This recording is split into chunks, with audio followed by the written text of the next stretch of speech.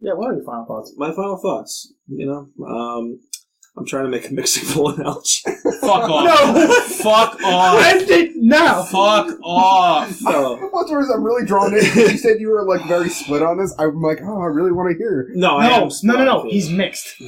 I am pretty mixed on it.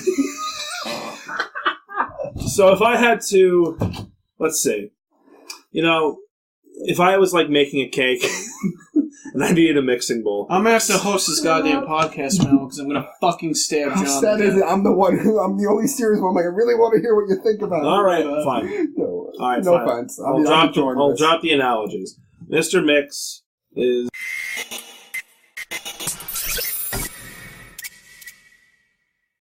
Hello, and welcome to Scare Your Friends. My name is John, a.k.a. Flea, and I am joined by my three friends today. Tonight we have Dylan, Dan, and Kevin. Kevin is back once again, despite being here on the last one. He's somehow, he wanted to be back. Yeah? I don't know. That doesn't usually happen very often. Never the same people. Yeah, I don't know. So how's everyone doing? Really high energy in this opening. Really good start. This is great. Well, I'm giving Dylan the death stare right now. Also, I love how you enunciated AKA this time. That was great. I picked up on that. Because I don't want you to Yeah, bully me Dan's anymore. at an 8 right now. I'm just busting your balls, man. It makes for good content. That's what the people want, John. So, yes, we are recording this episode after the Rake episode on the same day. Yeah. But for you people, it could be as long as a couple of weeks to a month since you heard the last episode. So, or 6 or whatever. Whatever, you fuck. Or next year, It's joking. That wasn't even funny. I know it wasn't. Dylan once again piggybacking off my jokes and killing them. Thank you, joke Ted Bundy. Appreciate it. Joke Ted Bundy. Thank you, I'm very handsome. So this is an intervention for Dylan about his terrible jokes. Dylan. You're not going to stop You him? need to stop watching Bob Saget. If only that were true. Dylan, just because Bob Saget is a thing does not mean that Is he you are Bob Saget. Is he a thing, though? Well, he was. Who the fuck cares about Bob Saget? I mean, Bob It's Saget. 2019. All the Bob Saget fans. It's 2018. God damn it. Alright. What are we reading tonight, John? Today we are doing a double feature gaming extravaganza. Oh, fuck my face. I want to go home now. All right. I'm a little So this scared. is Big Scarier Friends, and Dan wants to go home.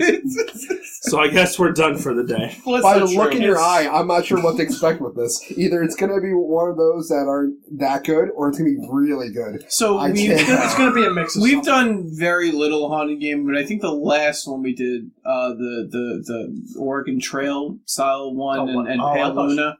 I thought it was good. Oh, okay. I thought that was fine. That was a nice palate cleanser for the fucking turd that was Pokemon Strangled Red. Well, the first one we're reading today, Mr. Mix, is a borderline icon pasta, honestly. I think people really know it for the image that you've seen, where people know the story more for the icon than the story itself. So Jeff the Killer is definitely one of these. So as is Laughing Jack, as is... would you base the Rake as an icon pasta? Yes. Okay. I absolutely... The Rake is the most popular Lovecraftian-like story on the wiki.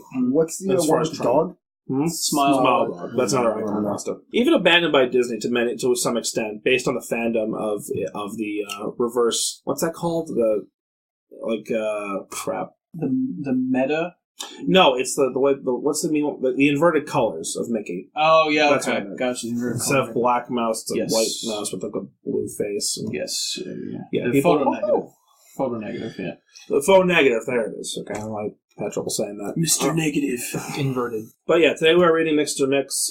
It's only 700 words, and it's not really long enough to sustain us for an entire episode. So afterwards, we're going to read something called The Feeder, which is, I believe, much like the way I did it last time. Pale Luna is a very popular story, and then I did one that I think is interesting. This is sort of the same thing. Mr. Mix is a popular story that I think a lot of people have heard of, and this next one, The Feeder, is kind of popular. It's borderline. I heard it on UCA once.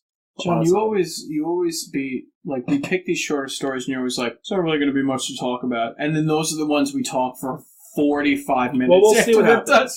We'll see what happens. All right. Disclaimer, if Mr. Mix goes on for a while, then we might not cover theater. But we'll see. I don't think Mr. Mix is going on that long.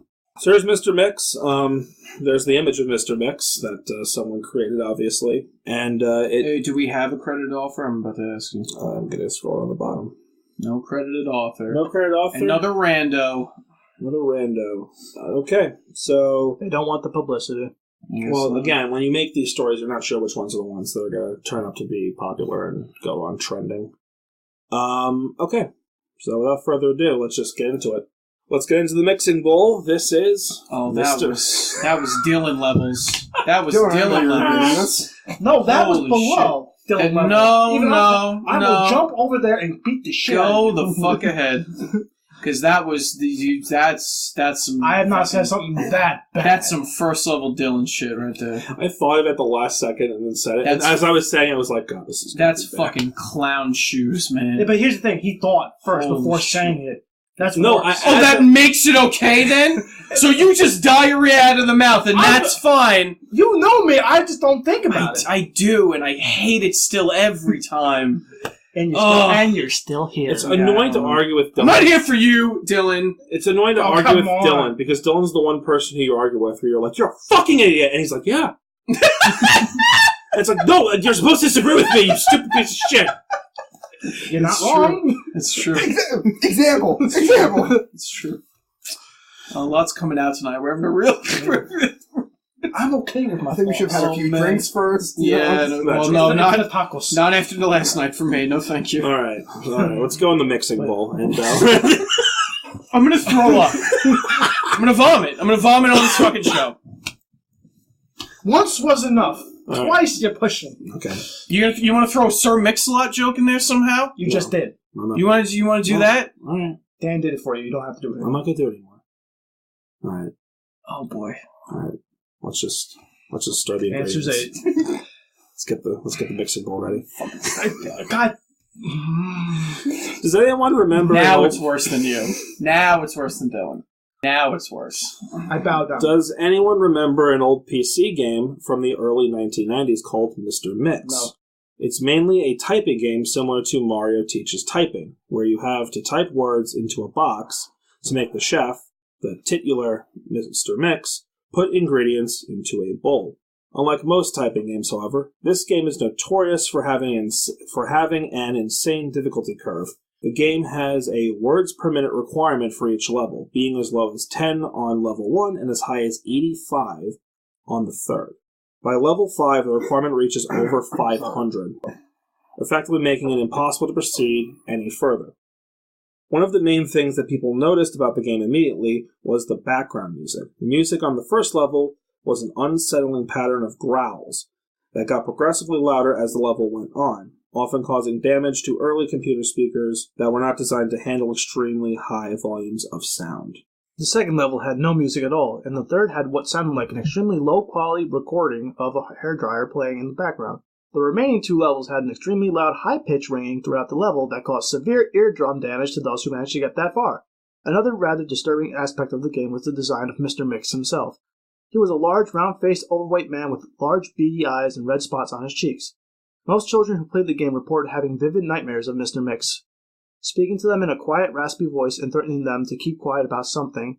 However, none of them could remember exactly what that was. One psychologist who saw many of these children reported being disturbed by the sheer amount of terror on the faces of the children as they recounted the details of the nightmare. Many of the children broke down in tears in the process, begging for their parents to save them. However, no direct relationship to the game itself could be determined by these few cases, as not all children suffered the same adverse effects. For obvious reasons, this game did not sell very well. It remained in relative obscurity until a few years ago when PC hackers got a hold of a ROM of the game and started digging through it. Using memory hacking software, they managed to crack the game's code and bypass the impossible 5th level. What they found, however, was extremely disturbing and caused many of them to quit the expedition altogether. According to reports these hackers left behind, the game behaves very strangely if the 5th level is bypassed. The game crashes violently and closes, writing a bunch of files to the user's System32 directory to the point that the RAM was almost completely filled. These files are reportedly pictures of people with horribly deformed faces, appearing to scream in pain and agony with their eyes. with their eyes appearing to be bleeding from their tear ducts and their outer layer of skin torn clean off in multiple places.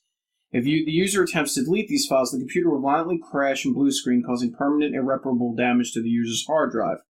The hackers found that this was caused by a lone byte in the game's ROM that triggered when the 5th level was completed. After removing this byte, they were able to proceed to the 6th and final level. Unfortunately, all of the original hackers declined to discuss what they saw in the final level. All of them became extremely paranoid and reclusive, refusing to talk about anything related to the game and showing astonishingly extreme symptoms of post-traumatic stress disorder. Most of them ceased to be able to perform coherent sentences within a week, and within a month, all of them went missing, and all remaining copies of the game were destroyed. To this day, no one knows what was in that game that caused so much psychological damage. Maybe it's better that way. 2 years after the incident, a man was arrested for trying to kidnap an 8-year-old girl from a grocery store. Through DNA and fingerprint analysis, the man was identified as one of the original hackers who viewed the final level of the game. He was wearing a white chef's hat and had an unspeakable malice and insanity on his face. When interrogated, the man could only say one thing. I'm Mr. Mix. Shh. And that was the short Mr. Mix.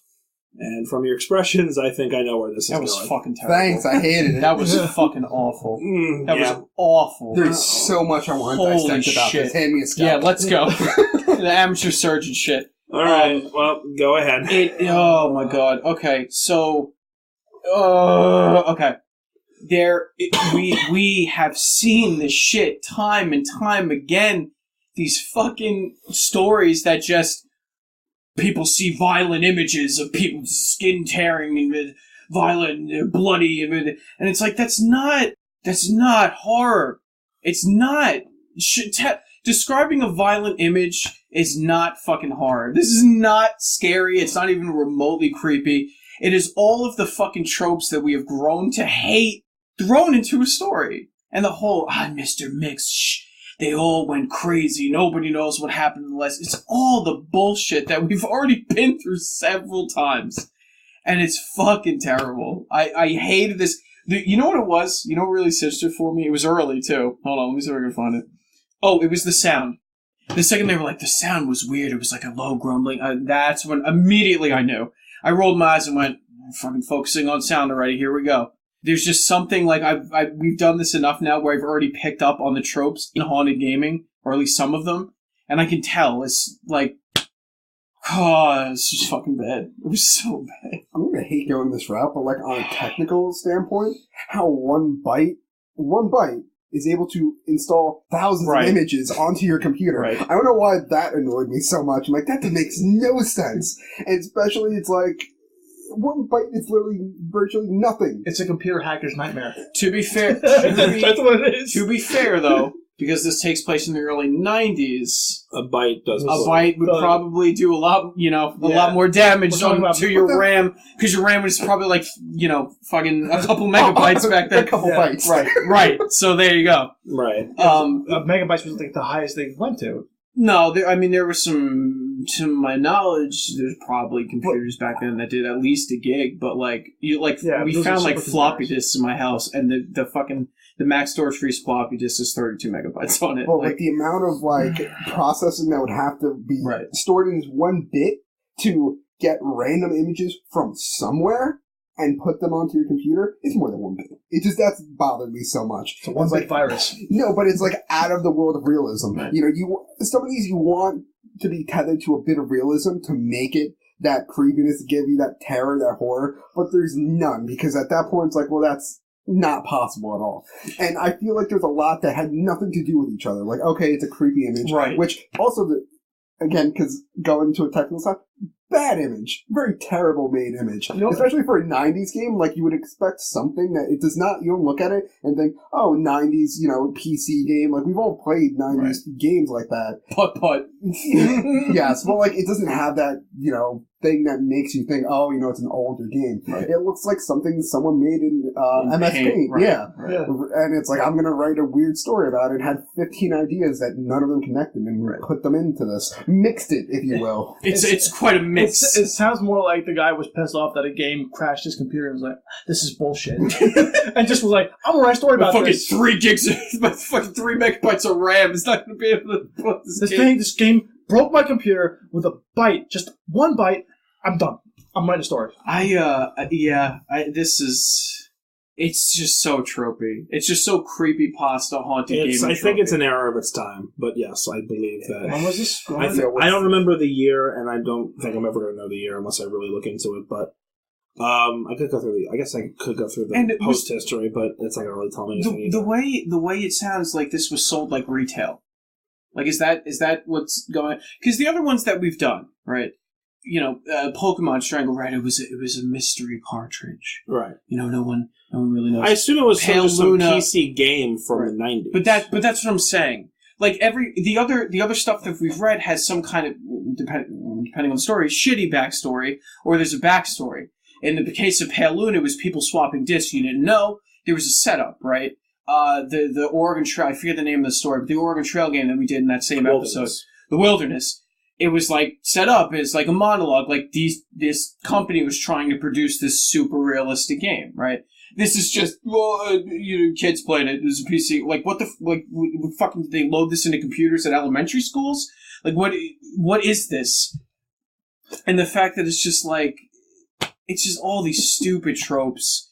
Like, their skin was bleeding up and their eyes were bleeding. Yeah, it's very tropey. When the eyes are bleeding, it's very tropey. So I was looking up, trying to find the publish date for this, but I stumbled upon someone who found this story. This person, and I quote, "So I was looking up the worst creepypasta stories on Google, and after a bit of searching, I found a little gem called Mr. Mix." Mm-hmm. I was like, oh. Mr. Mix is not a good story. And what's even weirder is that it grew in popularity to the point where people started actually making Mr. Mix games. And the most popular of these games features this weird, almost Simpson-like chef. I did see that when I was Googling. Yeah, it's really odd. It doesn't look like the original image at all. And the ending is so fucking... the ending is very... It really jumps the shark a lot. It does. It really just ends. It jumps the shark and it ends on a whimper. I honestly... It's so dumb. I'm fine with I'm fine with the soundtrack of the game being weird and even having growls. That part wasn't it to me. But, like, I don't think that fundamentally speaking, seeing pixel... Let's be honest, they can't be that... It's not like this isn't like HD. Or, right. It's like pixelated. It's still like dismembered people, but like... How dismembered were they that these people got PTSD? But exactly. That's the problem. No, it wasn't the kid. It wasn't the pictures. It was when they beat the final level. Yeah. And nobody knows what's in the final level. But it makes them go PTSD, and then they turn into a chef, and they abduct kids. It's like, again, like you said, what the fuck does one thing have to do with the other? What does any of these things have to do? It's inconsequential. Like, it's bad. And the ending is to... Mr. Mix. It's like, what was it? So you guys stupid. do Russian sleep experiment, right? Yes. Mm-hmm. It's like that. That's like that. kind of ending, where it's like, oh, now it's so like... stupid. It's just, this... Let me ask you, because now I'm interested. I mean, this is terrible. I really not like this. This is probably one of the close to one of the worst ones I've listened to. Well, you need to get used to that, Kevin. No, I enjoy doing that because we get to really discuss it. But you're telling us that it's popular. It's a pretty popular thing, yes. I mean it seriously. Why? What makes it right? Like the what? The image? But it's not even like a the idea of it. It's the idea. I think the idea is terrible too. Like it's just. It's like Jeff the Killer, where people ironically enjoy it. Well, exactly, but I feel like this doesn't even have any. There's nothing here, right? Trust me, there's plenty of people that don't ironically enjoy Jeff the Killer. They really do enjoy it. And make fan art of Jeff the Killer. You're talking about image, and looking back at this photo, and we're talking about it. It looks like the guy from the music video Bangarang by Skrillex. If you look at him, it's like the guy in the pastry. I think I know what you're talking about. I know exactly what he's talking about. I guess kind of. I don't think it has any relation, though. I don't think it has any relation, but just because the way, you said, the image iconic, that's why I was like, okay, I can see that. No, I just think that... Like, the guy. I think people get attached to certain things, and it's weird it's... Creepypasta produces a lot of weird trends. Yeah. This is... Pokemon Strangled Red is one of the most popular stories ever. As far as the Pokemon games, it's one of the founding fathers of the Pokemon. Yeah, but you know what? This was bad, but at least it was short. Yeah. And it wasn't no goddamn Strangled Red, where I'm in agony reading it. At least I had a good time reading that, though. That was fun. I caught myself almost by making fun. But this was short. It was terrible, but at least it was short. That's the one thing I will give this story. Yeah, no. It doesn't make you suffer for long. I really don't get this at all. Like this one particular one. It just sounds like a computer hacker's worst nightmare. That's all it sounds like. What I will say is that there is room for stories like this where in the early 1990s especially, there's going to be a lot of weird PC games floating around that aren't going to be... Right, but we've read stories that have done that successfully. Right. And were creepy, or at least interesting.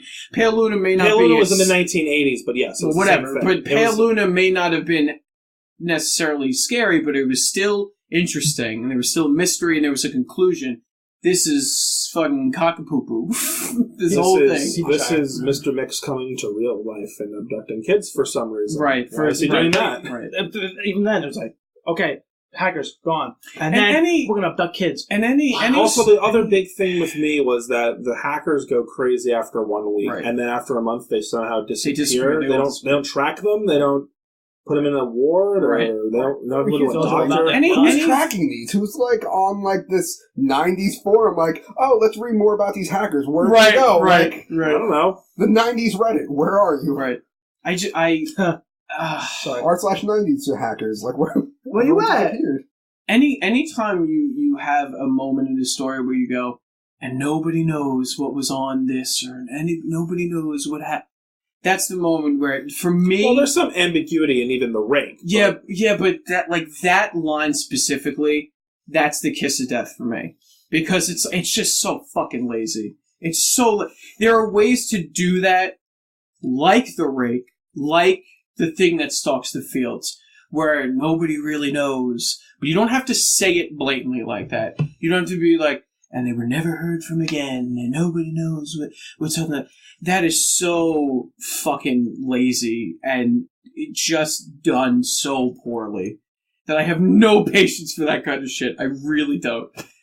I'm not sure it's a good analogy. It's like they're throwing a hook out there, they're trying to hook you at the end. Right. But at least with other stories that end like that, dull. There's not that. It's like there's some bait, there's some meat on there where you can chew on a little bit and pull it here and there, and it's like it might be this, it might be that. When you're throwing us an empty hook with no one knows, well, I don't know either because you gave us shit. Right. You gave us a nothing dull to hook go with on. A piece of plastic on it. Another thing is all right, we have the image to go on, right? But I feel like it doesn't describe too much about Mr. Mix himself where at the end I'm like, oh yeah, Mr. Mix was in this, It wasn't he turned, these people think they're him. There wasn't anything inherently creepy about him. It was the sound. Right. It was a difficulty. Never a realistic, super this is one of those stories that eyes, Again, it reminds me a little bit of Jeff the Killer because there's nothing inherently, at least to me, there wasn't anything inherently scary about Jeff the Killer except the first image that you see. And that's sort of what this is trying to do. To me, this image, I'm looking at this image, and I don't feel... I don't even feel unease. For a kid's game, to be a main protagonist in a kid's game, yes, it's a little creepy. It makes me... the rake image... and unfortunately, that's enough for it to be popular. I guess. But the rake image is spooky, right? Right, absolutely. It's the Smile Dog image is kind of spooky. There's a little bit of spookiness in each image that we find. This is fucking... it's right, I don't even feel unease. I just want pizza. I don't understand how... Right. I understand how this image is so iconic when it's just... this is another thing too, us going through these creepypastas. Are certain ones geared towards younger audiences that we're just not aware of? Maybe. A lot of creepypasta fans are, unfortunately... This is often... young kids' first exposure to horror is through creepypasta, and it's very apparent that some of them do write creepypasta, and it's their first real attempts at writing, and we see the byproduct of that. Well, that's what I was like. That's why I wasn't so sure because you have this one. This one seems perfect if you were like a younger, not like 10. Yeah, like 10. There's like, been stories. You get to our age, you're like, this is not. I don't know. I mean, you're gonna look at it like, what's the 90s? Like, that's true. Kevin's got a point. It can't be written for children. I mean, it depends on when this was published. Well, buddy, but I tried to give you something, but we know it's at least within the past decade and a half, right? So no kid that fucking grew up in the early 2000s is gonna know what the fuck an old MS DOS or my Windows 95. I tried to give the author some credit, but you know what? You're right, Kevin. Sorry, buddy. Right. Sorry, buddy. It's probably you just suck. It's honestly probably an author's first attempt at a story. Though I mean, look, a lot of stories don't include images that was probably handmade. That's fair. And yeah, it's a way to it's at least visualize it. It's fine, yeah. But you don't just. But yeah, Mr. Mix doesn't do anything to me. It's just the sound and the pictures that follow beating the levels. And it's not even to me. That's not horror because we've experienced that as a really lame, lazy trope. Like, it would be creepier if, like, you beat the 5th level and it takes you to some website that's, like, really, like, a very shady website. Right. And kids, like, have access to this website if they can get, like, the or it gives you GPS GPS locations and you find a dead body, or whatever, like Pale Luna did.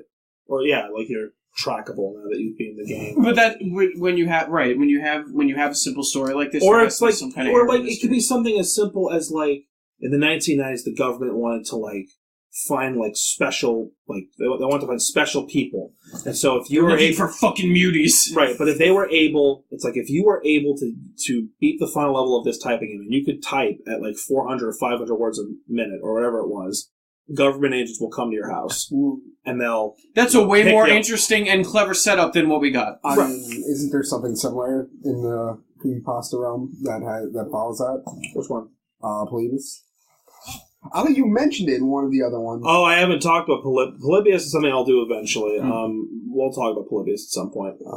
But for now, let's not talk about Polybius. That's why I was kind of Kevin has more experience than us. We've fucking been doing this for 30-some episodes. I mean, not to go off and... It's like, I had this discussion with John before. Like, I'm trying to, like, be very, like, vague with things. Not, like, vague, but, like, keep myself in the dark about this. Because, like I said, I do have some experience with other ones that I've read or been experienced with. But since that was so... I would like to keep my guest in the dark by most stories. Exactly. But I'm at a point now where Dylan, Dan, and William have done 40 episodes for me now. And it's... At this point, it's not like we're going to be completely shocked by anything at this point.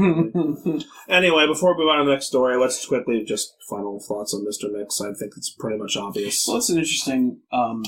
sentiment that you just proposed, that we've done this for so long, so we're kind of numb to this kind of stuff. So it's like, if we read the story, second, third episode, yeah, you'd be done with it. Would we have the same reaction? See, that's why I've wanted. Question. That's why for a long time I've wanted to actually go back to the stories we've covered in the past and see how you would react to them now. Ooh. Well, considering I still listen to this podcast, we'll see. Every now and again. We'll see. I meant more for Dylan and William then. Yeah. Anyway, final thoughts. We have to move on to the next story. So, just, it's fucking... it's awful. This is awful. I don't think it has any redeeming qualities that I can bring up. Wow. There's nothing to say. Kevin's fitting right in. Yeah. The image is a nice touch. Because it was probably handcrafted by the author. Too bad the story sucks.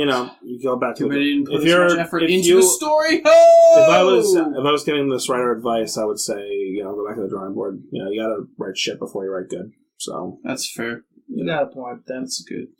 But we don't know because it didn't get no credit to it. Well, they know. They know what they wrote. They know. And they probably are a lot older now and probably see, like, oh, wow, this was...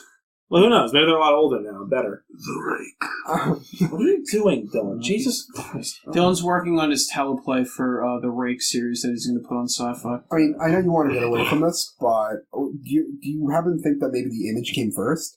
This person was just playing around. I feel like maybe. Yeah. Someone made a comment. Like, it would make sense. It's a little creepy. It reminds me of like 90s games or like a 90s PC game. Like, you know what? I have a good idea. It would certainly make sense. Yeah. No, that's possible. That's possible too. I could be totally wrong. Artist first, then writer. Mm-hmm.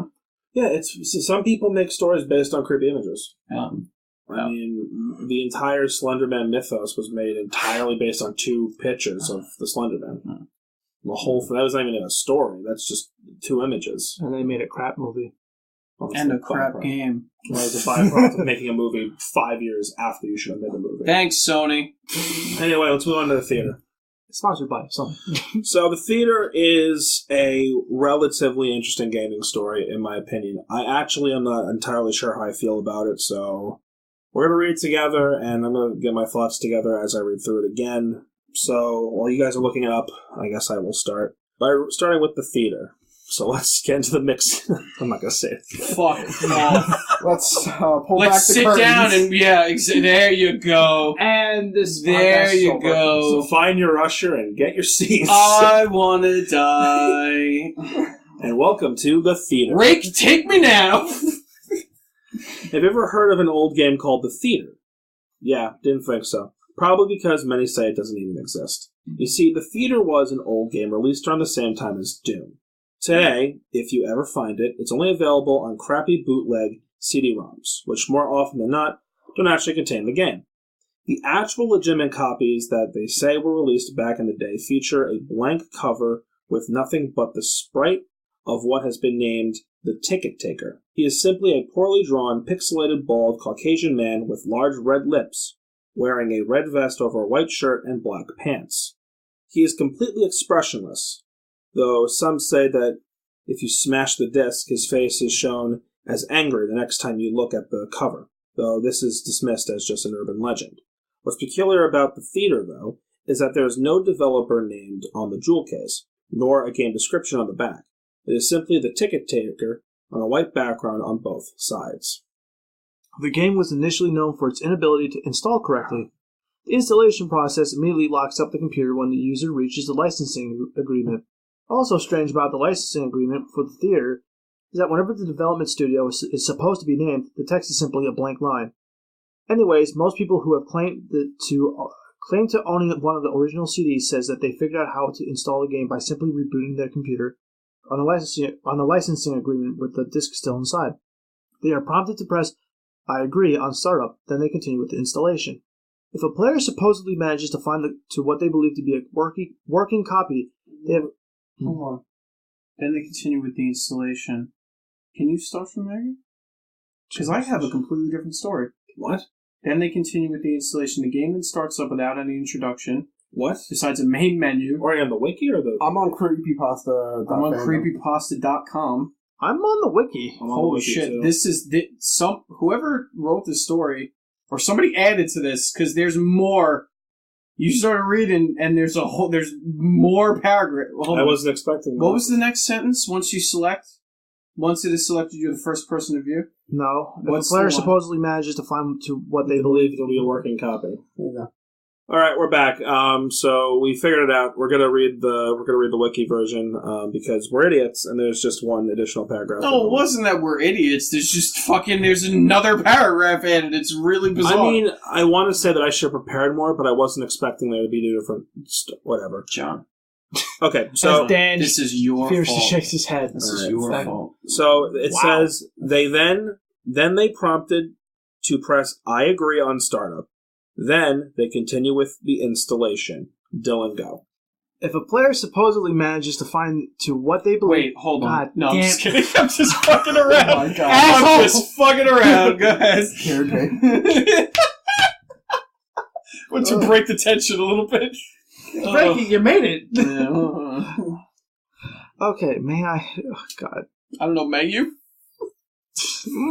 If a player supposedly manages to find to what they believe to be a working copy, they have said that the installer window will freeze and stop responding before you can click your first next. But they do also say that their PCs do not lock up and it's only the installer that freezes. It is unknown if these are actual copies or fakes, but it is widely thought that these working copies are just to draw internet attention with no proof of the installation effects. Why does this author have a hate boner for quotes? I mean, you could just use quotes. Working copies. Well, no, actually, next. quotes are wrong. Grammatically, they're wrong too. Oh, are they? Yeah. Really? You're not supposed to use air quotes ever. It's for dialogue. It's for, I think... Are you supposed to use titles. stars? I mean, asterisks are better than quotes. You're not... Really? The only time you're supposed to use quotes is for dialogue. Okay. And using air quotes to be, like, snarky is not grammatically correct. What about then? They put parentheses then. Parentheses could work too, but asterisks. Asterisks, the only asterisks are the closest thing to footnotes, right? Which is just like the little number right next to it and the citation on the bottom. So that makes the most sense. Once we got the English major in here, I guess. Well, I learned that the hard way in college. So there you go. Because I'm a fucking amateur. I gotta look back at all the stuff I wrote. Yeah, now. You're a journalist. You should fucking know that. Shame on you. Well, he works mostly with quotes anyway. But that's what I'm saying.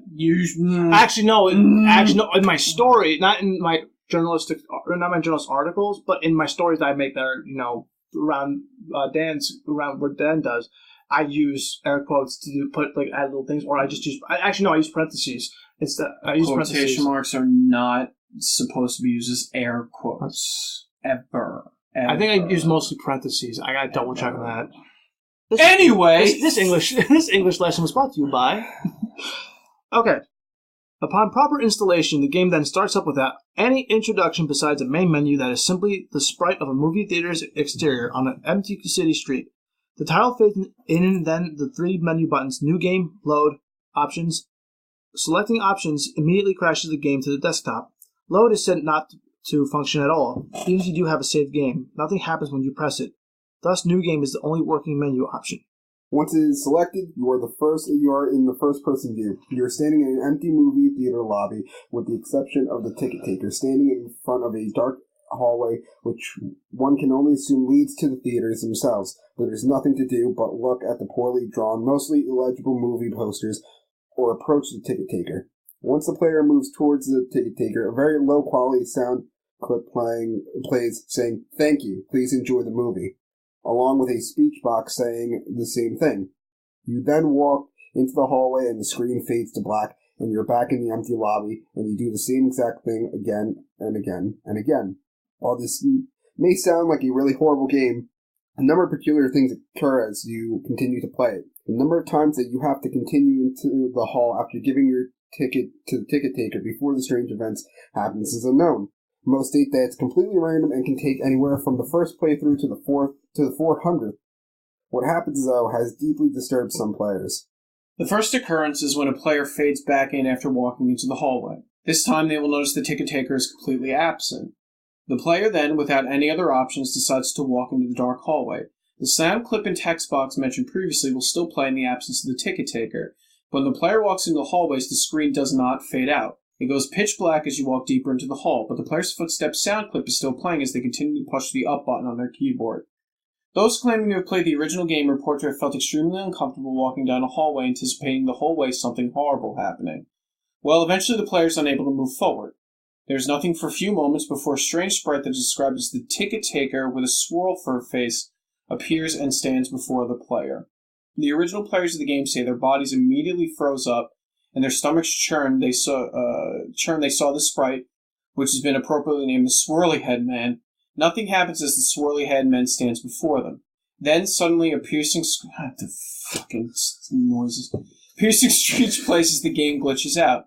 This lasts for a few minutes, then the screeching being continuous. Then the players abruptly return to the lobby with all the sounds and graphics being as they should be. The game continues normally for the next couple of cycles of entering the hallway, with a couple of original players claiming the Swirly Head Man would briefly appear and disappear in the corner of the screen as a brisk yelp sound effect plays. Then, at some point after meeting the Swirly Head Man, the player sees the ticket taker pacing back and forth. Though there's no walk animation, the sprite's limbs are completely static, so he just hops up and down slightly as a substitute, with his eyes being wide and his mouth open, simulating a worried facial expression. Some players noted that the movie posters have been replaced with images of the Swirly Head Man, which caused them to immediately turn their character's head away from the posters and the approach of the ticket taker. Then another different, low-quality sound clip plays, but the speech box contains nothing but corrupted characters that cause whatever the text that would have been in the box to be completely illegible. Due to the extreme low quality of the sound, it is debated by the players what exactly the ticket taker says at this point, though it is widely agreed that he says, "Never reach the other levels." Then the screen fades out once again and returns to the player back to their starting point in the lobby, where the ticket taker is gone and the hallway is blocked by a large brick wall sprite. Touching the brick wall will immediately crash the game, and that's all there is to it. No one knows what the other levels are or how to gain access to them. Nor is it known why the swirly-head man causes such acute fear in those who have seen him in the game. All the original copies of the theater have either been lost or destroyed. But the creepiest part is the fact that all of the original players of the game claim to occasionally see a brief glimpse of the swirly-head man out of the corner of their eyes. And that was the theater. So I remember why I found this story interesting, although ultimately I do not like it. I like the idea of a game that's mundane as walking to a ticket taker and he takes your ticket and you leave and it just keeps repeating. I don't know. I think there's room for it. I think there's room for improvement on this level. I think there's I can't think of video games now. I think there's a lot of ways you can improve this story. I think there is a foundation where you can improve upon this idea. However, some things I don't like. I don't like it when you're the author and you're telling me that something is creepy. I also think the swirly head man is a dumb name. And I think that, what was the last part here? Yeah, seeing the swirly head man in the corner of your eyes is a dumb way to do it. Look, you can have a creepy game. It doesn't have to impact you in real life. You can just have a spooky little experience playing a weird PC game that came out in a weird era at the same time as Doom, which is like, what, the 80s? Maybe early 90s? No, that's the 90s. Doom 3 came out in 2004. When did Doom come out? I think that was 1990. Early 90s. Early 90s game. Fine. A lot of weird games in the 90s. And I'm fine with that. A game could be weird, and a game could be mundane, where it has like some hidden meaning behind it. Some weird artistic game where you just walk to the end of a hallway and give your ticket to a ticket taker. 1993 was when Doom came out. 93. All right. Dan looks like he's ready to stab me. So, Dan, why don't you go ahead? Do you know what I think? No. I think I fucking hate haunted gaming. I think this cinched it for me. Because I think out of the 5 that we've read now, the only one I've really liked is Pale Luna. I think everything else that we've read has been tropey, has just not instilled any sense you of... like Wilderness either? Wilderness was fine. But there's nothing... That one... that Wilderness is fine because it's clever. It's written cleverly enough. I don't think it's scary, though. Right. This is just... Every one of these we read is just creepypasta tropes. Just... I don't know. I just feel like walk down a hallway and this swirly-headed man, am I hypnotized with it? And like, oh, we see him in real life. I just feel like these just have like hodgepodges of fucking what people perceive as creepy imagery, and to me it's just tired and it's not creepy and there's all these hallmarks for these stories. You try to boot up your computer and it crashes, but then you have to do some fucking ass backwards thing to get it to work, and then it's this wee and it's just fucking. I roll my eyes the whole time we read both of these, and I think I fucking hate this genre. I really do. There's nothing. The Rake, when we read it, way back or whatever, there was something we talked about, like how the story could have done better, but the imagery is creepy and the idea is creepy. These fucking stories, I get nothing out of them. I have no catharsis or anything. I feel nothing when we read these. The second something creepy happens, you just fucking turn off your computer or you turn off the game or whatever, and they hackers and people have reported, but it's like I don't care. I just don't care. I read these and I don't care. I just shut off. I don't know. It feels like the underlying theme in these two is it's always on an old computer. It's always that. And it's like, well, it's hard to do in fucking 2012 when the Xbox 360 was out or whatever, and this creepy game came out. You can't really do that. It doesn't work. I'm hearing this and I'm thinking back to yesterday because I'm not to pat myself on the back. I'm going back playing Doom, and all of a sudden... 2016 Doom, and I'll be halfway through the level, and then all of a sudden the audio stops working in the game. But then I pause it, the audio comes back. But I go back in the game, it's gone. I'm like... But you also... So that, too, there are ways to do that cleverly if you're going to write a modern one, where it's I thought it was a glitch at first, but blah, blah, blah. No, you don't have to mention it. Just go on saying how it wouldn't come back. Or No, something. but what mention I'm the fact- don't saying, try if you're force going to it. write a story like that, that would be the excuse, right? Yeah. They feel forced, but these ones feel forced. Like every time you want to read Haunted Gaming, it feels like, oh, we're pushing this down here because it's creepy. This is why, and it's creepy because it's creepy. Right. Well, this is what John's saying. You have to, the author has to spell out why it's creepy. I was more excited when we couldn't find the story out. When we were trying to Right. the actual It's more story. interesting trying to figure out which story was the right fucking story. It's just, I'm already like rolling my eyes at all these hallmarks. We couldn't get it to load, so you have to do something.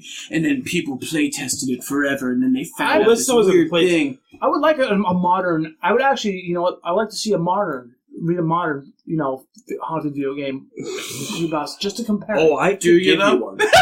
Oh, I could find just for comparison. You want some Portal 2 creepypastas? I'll take one. Oh no! I'll take one just to compare. No, please. I don't know why, but when you said Portal, I'm like, yes. You said no or two. I'm like, I don't know. I don't know why. I feel like Portal. Fine. No. Portal 2 is great, but I feel like as a creepypasta, Portal 1 would work better. I don't know why. Just because of my experience because playing there's with no it. co-op. It's impossible. But here's the difference. The cake's a lie. You stay with me. And the entire time, listen, Mix the cake wasn't a lie. Mr. Mix was weird science experiment where like we're gonna take all these Maybe we don't even know that. No, but like the thing is with Mr. Mix is like there's like researchers and shit. There's like testers who are like trying to hack the fucking game for some reason. And it's like why? Right. There's nothing. Right. There's no reason. This is just the gameplay. Right. And I'm fine with that. I just think that you need to have a better payoff. I like the idea of this Maybe that's game. what it is. I think payoff is key. Pale Luna, honestly, had in the same vein as the theater, has a similar idea for a game mechanic. It's fundamentally flawed. Like no human being would play Pale Luna literally, unless you're some crazy jackass who keeps restarting their computer. Yeah, but John, there are crazy jackasses that would do that. And that's what I'm saying. That's the most believable part of all this shit to me. That's the difference. Pale Luna took the time to explain that this person who would later find Pale, the victim, is this guy who had way too much time on his hands. There's just like one sentence that briefly says that. It's not overstated. It doesn't. It's not. It's on your face. It's just a brief little sentence that says, "By the way, this guy who had way too much time on his hands wanted to solve Pale Luna." I can totally understand that, too. Like, I don't have time on my hands, but, like, when you're familiar with Bandersnatch, that was on Netflix, the Choose Your Own Adventure thing? You heard of this? I've heard of it, I've never seen it. The thing was, like, I watched it twice, and I was really, despite what a lot of people didn't like it, but I really liked it, and I hear that there's an ending they can't get to, which sounds kind of creepy. And I'm like, if I had the time, I'd sit down and play and try and figure it out if I had the time. So I totally believe someone taking the time to do this. I mean, people literally sit and they break into this games and fucking read the each level of coding to try to find secrets. So, but, like, I could see players playing through this broken game of just walking down a hallway, getting your ticket collected, and then after, it's almost like seeing a show. You give your ticket to the ticket taker, and then either the show just restarts you back at the start, or it shows you the glimpse of something creepy. So I would love the theater if, like, let's say, on the 267th attempt you play the game, you give your ticket to the ticket taker, you walk into a black room, it's a black screen, and for 5 seconds a code pops up on your computer screen, and it disappears. Right. And then you're back at the start of the game. Right. You have no idea what that code is. Right. But something. And you have to, and then somebody quickly screenshots it, right? Right, and it's like, I found this code on it. Yeah. And then GPS coordinates, maybe. But again, that's like Pale Luna, where there's a mystery to it. That's what I'm saying. I don't know. I don't think... I'm trying to say that this is not... The only difference between Pale Luna and this story is payoff. And the other difference is Pale Luna at no point tells you why this is creepy. Right. That's the other major thing. It's just telling the story. Nothing fundamentally in the game scars the players or makes them think that it's not like Pale Luna's like, wait, in the corner of your eyes. Right. You could see Pale Luna smile. Right. Or some shit like that. Because that shit is so fucking bad. It's bad. But in Pale Luna, the horror comes from the discovery of something that's... And the discovery's real. Right. It's tangible. A little girl's murdered, right? this is bullshit. This is bullshit. Right. But I'm saying played a creepy game once, and now something creepy might happen in my peripheral. All I'm saying is I'd rather have my haunted gamings similar to theater, because theater at least gives me something to build on. I can see ideas for theater. I can see someone building it. There is a sequel to theater. I wonder what that is now. Right. Mr. Mix is nothing. Mr. Mix is a blank slate of just pure nothing that got popular because of the image that they I agree. I think that there is potential for theater. I agree with that. I think part of the problem is, for whatever reason, I cannot put myself in these stories. And so, like, I'm sitting here, I'm listening to you, like, give your perspective, and I'm like, all right, well, let's say, if I was at home and I was alone, right? And I had booted up, and I had somehow figured out how to boot up this game, which it crashes, and I would never fucking do, but let's just say for the sake of argument. And I was playing through this, right? Okay, I'd be a little spooked out, right? But, I don't know, just sitting here reading it, maybe it's just I'm not in the right mood or mindset. These stories, I feel you have to, like, for me, maybe it's just that I have to be in the mood to read something like this to have some kind of thing, because I just don't. Well, it's going to be interesting when we eventually tackle the granddaddy of haunted gaming, which is Ben Drowned. Oh, snaps. That will happen eventually. I know a little bit. About Ben Drowned. Yeah, that one, the reason why Ben Drowned is popular is because that one doesn't just come with images. That one comes with recordings. There's a whole gameplay. Yeah, there's a whole. So that's the one where we're going to put Dan's theories to the test and see if these things are really scary, because you're going to see it live. Right. Well, not live, but you're going to. But even that alone, there's a lot more effort put into that, and I respect something more for that than fucking something like Mr. Mix. You know what? My opinion's be a little different about this one. I actually did feel creeped out with this. There's a lot that This one, the theater. There's to a certain point. I mean, there's a lot that I had to get through. Like, I mean, they're saying it's mundane going and giving the ticket. I'll tell you what's mundane: installing this piece of crap. That I'm like, okay, you got to press up, down, left, right. It sort of reminds me if you've ever tried to like boot up like a bootleg copy of a PlayStation 1 game. You ever do this? Like a ROM. No, not that. The disc swap. You heard of this? You had to put an authentic game into it, make sure that the disc tray was open, wait for it to spin, wait for it to stop spinning, take out the game, put in the fake game, wait for it to boot up, take it out, and put it. It was like too much effort to just play a fake game, that I was like already losing interest, but it did creep me out, the mundane of it going, because something's going to be different next time. Right. And just going into that dark hallway, I'm not sure if you saw me. I think you saw me, like, I'm like, this sort of anticipation because something's coming. The swirling in the face at first, I'm like, that's actually kind of weird, that pops up.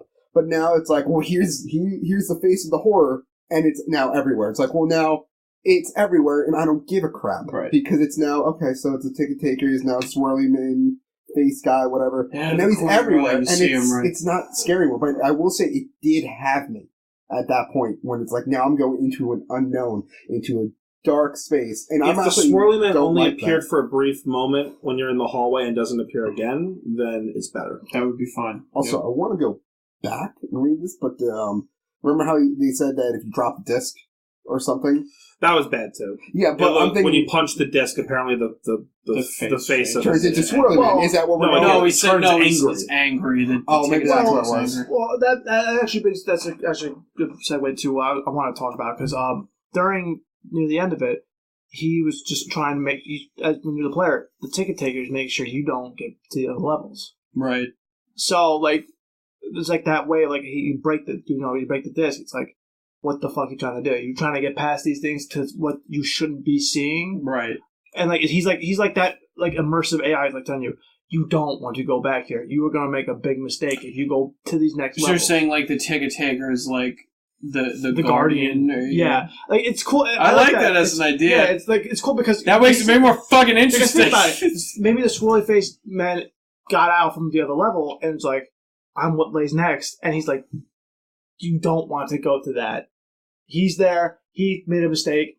Don't listen to him. Listen to me. You're going to regret your decision of going to the next level. You ever I like that. You ever think... I think you put more effort into it than the fucking author did, but it's good. I got an interesting theory. Do you think that the ticket taker is a metaphor for, like, heroin addiction?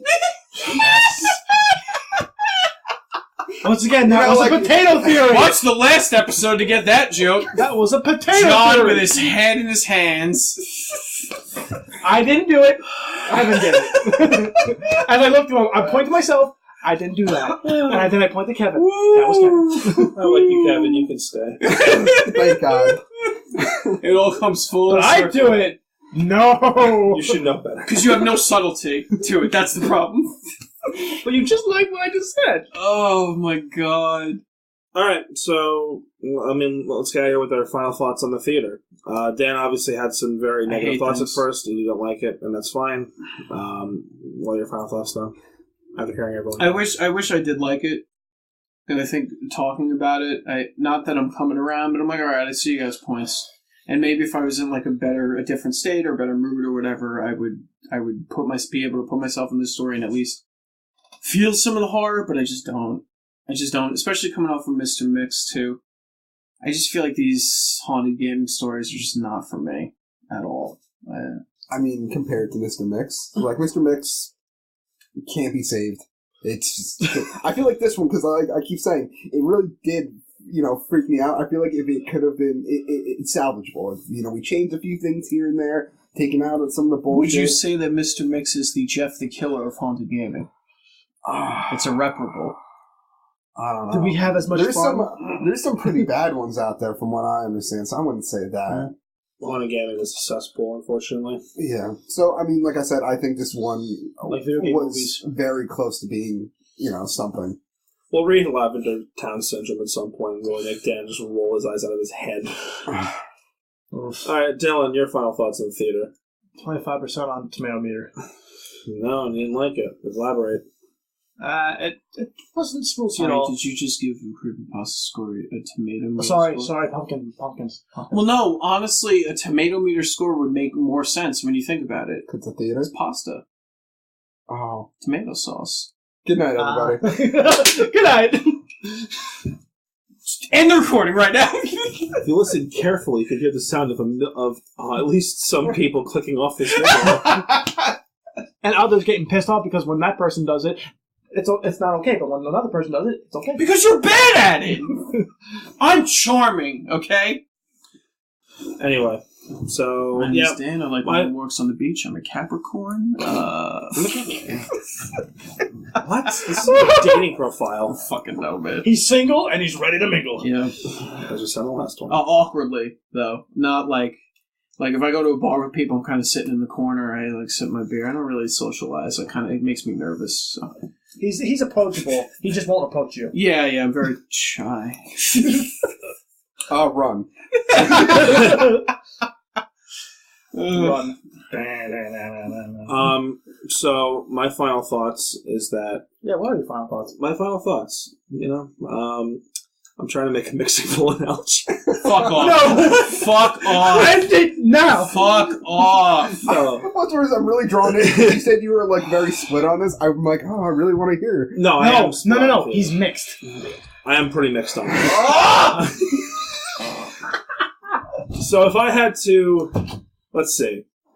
If I was, making a cake... and I needed a mixing bowl. Mr. Mix is kind of like using a cardboard box. I'm gonna have to host this goddamn podcast now because I'm gonna fucking stab John. How sad is it? I'm the only serious one. I really want to hear what you think about it. All right, fine. No, all right, no fine. offense. I'll drop the analogies. Mr. Mix is unfortunately not possible to salvage. It's shit. All right, it's just none of it makes sense. The thing about it. It's a game they want, in the literal sense, they want their cake and eat it too. Because the thing is, with Mr. Mix, they want it to be an obscure game from the 1990s that no one's really heard of, and yet at the same time, there's a team of researchers who are diving into it, trying to crack it. Many children play. Remember Pale Luna, how the one guy who cracked Pale Luna was the guy who had way too much time on his hands? And even in even the Ticketmaster kind of allows stuff to be the same thing. How it's just probably one or two people who have way too much time on their hands. Mr. Mix, it was a team of hackers for an obscure. You can't be an obscure game from the 1990s that no one gives you about, and also be subjected to a team of hackers. I know a team can mean a lot of things. A team could be 3 fucking people. Even so, no, it sounded like a team because that team, based on the people, and based on what happens to them, it's like after a week they went crazy, right. And then in a month they went missing. It sounds like Russian sleep experiment. This doesn't sound like a handful of people. Right. This sounds like a team of hackers, like 10, maybe more, that are They're hacking this child's typing game, and it's shit. It's utter fucking shit. All right, it is. I don't usually fucking yell at stories because I try to see the good in them, but man, Mr. Mix is just awful. It's a bad mixing bowl. It sucks ass. How many times are you going to make that joke? I don't know. I'm up this to is 7. at least the 7th, right? It's 7. I've actually one more. I'm hitting the end button. So when you stop the recording, I'm going to stab you 7 times. Okay. All right, but the theater is reasonable. The theater is like what do they call those houses? Is it like a fixer-upper or what is it? Fixer-upper. Yeah, fixer-upper. Yeah. Talk through it. That's what, is that what it's called? Yeah, like a fixer-upper. Yeah, I mean, houses are like slightly damaged, but it can be redeemed. It's right. not That's like what the theater is to me. In fact, in the literal sense, it's like an actual theater that needs a little bit of repair. It's like an old theater. It's an old theater from the 1800s. Yeah. And with a little bit of repair, maybe it can be salvaged. Absolutely. And in its current state, not very good. Honestly, the payoff, the ending, the fact that I'm seeing a swirly man, the fucking, first of all, that's such a dumb name for your main antagonist, the fucking swirly man. Mr. Swirly would have been fine. Mr. Swirly would have... Swirls. I don't think Swirly's scary, I'm sorry. Well... There's nothing... You didn't read Uzumaki, so... The word swirly does not fundamentally scare me. It does not. Unless he was a dual monster that you didn't want to get to. You think about it, you do like the swirly thing, it's like hypnotism, right? I think that's the implication. I don't think so. But I mean, again, I see the theater and I'm reminded of I see a little bit of Pale Luna in the theater. And that's why I like it. Yeah. And at the end of the difference is, at the end of when you get to the theater, there's a lot of potential for the things you can say. This author chose a swirly man, which is the part I did not like. But the lead up, I feel like you could stick in a lot of different things into this idea to make it work better. Yeah, and maybe, I don't know, is that, to me, that's a weakness to the story, I feel like, because the fact that you could just plug in anything means that it's really... I know what you're saying. But at the same time, like you're saying, the swirly man doesn't really have anything to do with, or anything clearly apparent to do with what happens in the story up until you discover him, right? There's no, connection, really. And then he kind of shows up in people's peripherals at the end. So, the image or the whatever they chose, the monster, or the whatever, could have been stronger. And could have at least connected to the story in a meaningful way, or maybe it replaced the Ticketmaster or Ticketman or whatever. Well, I think that's what it said, though. I think that it was the Ticketmaster's body, ticket taker's body, with a swirly head face. Right. So what is that? I don't know, because the story's bad and I fucking hate it. What's the popularity of this, compared to? I don't know. I know it's not as popular as Mr. Mix. I know for a fact it's not. I don't know. There might be some fan-made shit about it. I was going to say, is there, a version of the game we can play that I don't have to reinstall? I saw some on YouTube. Well, it's funny because he mentioned, as soon as he mentioned the old Doom, I was like, I'm just picturing it in that. That's how I'm imagining, too. Yeah, I'm imagining that's how it looks. The sprite getting bigger and smaller compared... First person. So to me, that's not scary at all. Because if it's in Doom graphics, Doom wasn't scary to me, at least, when I played it as a kid. What if it was like the Doom movie? Yeah, that's terrifying. Okay. There's some fan in the images, and it's possible that someone might have made a ROM and recorded for YouTube. I don't know. It's possible. It's not an unknown story, but it's... I think it has some good ideas in it, and I think you can build upon it. Absolutely. There's a foundation at least, but not really a lot on top of it. So yeah, that's my thoughts on the theater, and that's the. You have to have strong foundations to build theaters because you have to have lights set up. You have to have a stage. You have to have an audience, which has to see a lot of people. So I would agree. The theater would have to have a strong foundation. I don't know. It's that time of night where I turn into Dylan, I guess. Then I turn into Dan. All right, because so I'm going to grow a dirty mustache and fucking... At least I can grow a dirty mustache. I'm getting there. All right, well... Chin pubes. All right. Christ almighty. I got really personal for some reason. I don't know. I was just making a joke. So, yeah, if you feel like it... I mean, if you really want to, I guess you could join us in the next episode if you really want to. All right, but this has been Scary Friends. This has been John. This has been my friends Dan, Dylan, and Kevin. We'll see you in the next one. Thank you for coming back, Kevin.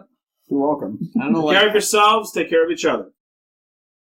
Well, I did like this one a little bit more because of that. I actually did feel something. I'm offended by this story. As somebody who was in the theater and actually worked in the movie theater, this upsets me. Okay, I'm very offended. I'm not sure if you've said this in like other ones. I think it was you that said it. I'm curious. What's the creepiest thing you saw in your job as in your theater? Okay, being a theater major or working in the movie theater? Working. The terrible movies. Ponyo.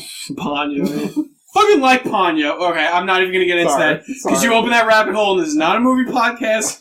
Okay? Well, we'll talk about it in the Discord. Alright. So, that's a good question.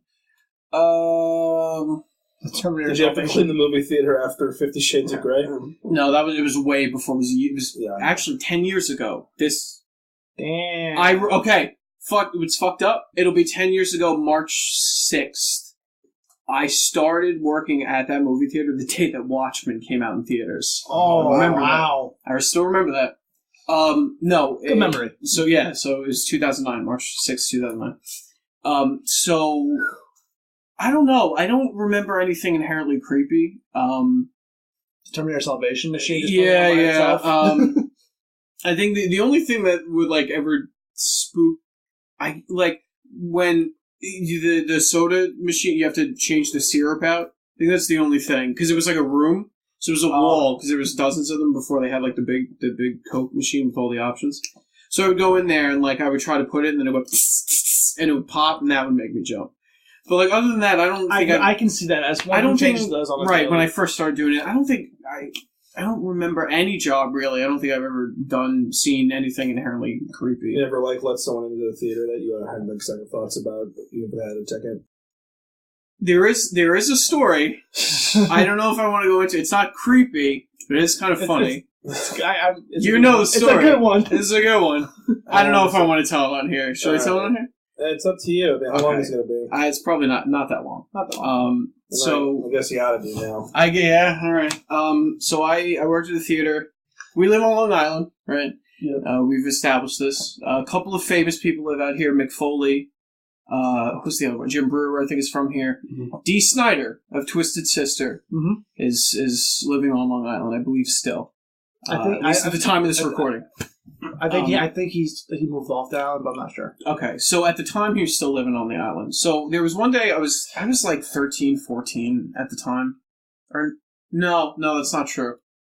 I was at least 16, 17. I was a senior year of high school. 10 years ago, man. Right. So there was one day I was ripping tickets, and this girl comes up, and she's cute, but she's like goth cute, like the scene kids. She's around my age. So she I don't know, if I forget what she was going to see, some kids movie or whatever. So I ripped her tickets, like, oh, she's cute. She walks away. I see her like 10 minutes later, she leaves her theater and walks into The Hangover, because that was out at the time. So that's an R-rated ass movie. So I'm like, oh, fuck, this girl just snuck into The Hangover. She can't be in there. I'm like, do I want to go bust her? And I was fucking lazy, and I was like, she's cute. I don't care. Like, fucking whatever. Falling for the ladies. It's like 2 minutes later, okay, Dee Snider walks up with his wife. This dude's like, fuck, he was wearing boots, but he's like tall, sunglasses, big guy, fucking the blonde ponytail and everything. He walks up with his wife. And I'm like, holy shit, this is Dee Snider. He's very intimidating presence. I didn't want to say anything, whatever. So I go to rip his tickets, and I hear behind me, oh, hey, Dad. The fucking girl, it was Dee Snider's daughter. And she wasn't sneaking into The Hangover. She was trying to, because that was the movie they were going to see. She was trying to see if he was in there. So she went back to her movie, and they went into The Hangover. I almost tried to bust Dee Snider's daughter because I thought she was sneaking. Well, she wouldn't have taken it if you did. No, and he would have. Fuck you. Yeah. He would have probably kicked me in the face with a steel-toe boot. But yeah, so that's my movie. That was the closest thing I've had to fear at the movie when I worked there. All right. I mean, if you saw Dee Snider up in public, yeah. I mean, Transformers 2 was in theaters when I worked there. That's basically a horror movie, right? So yeah. The first one wasn't bad. It's the second and third one. One's awful. Oh. So.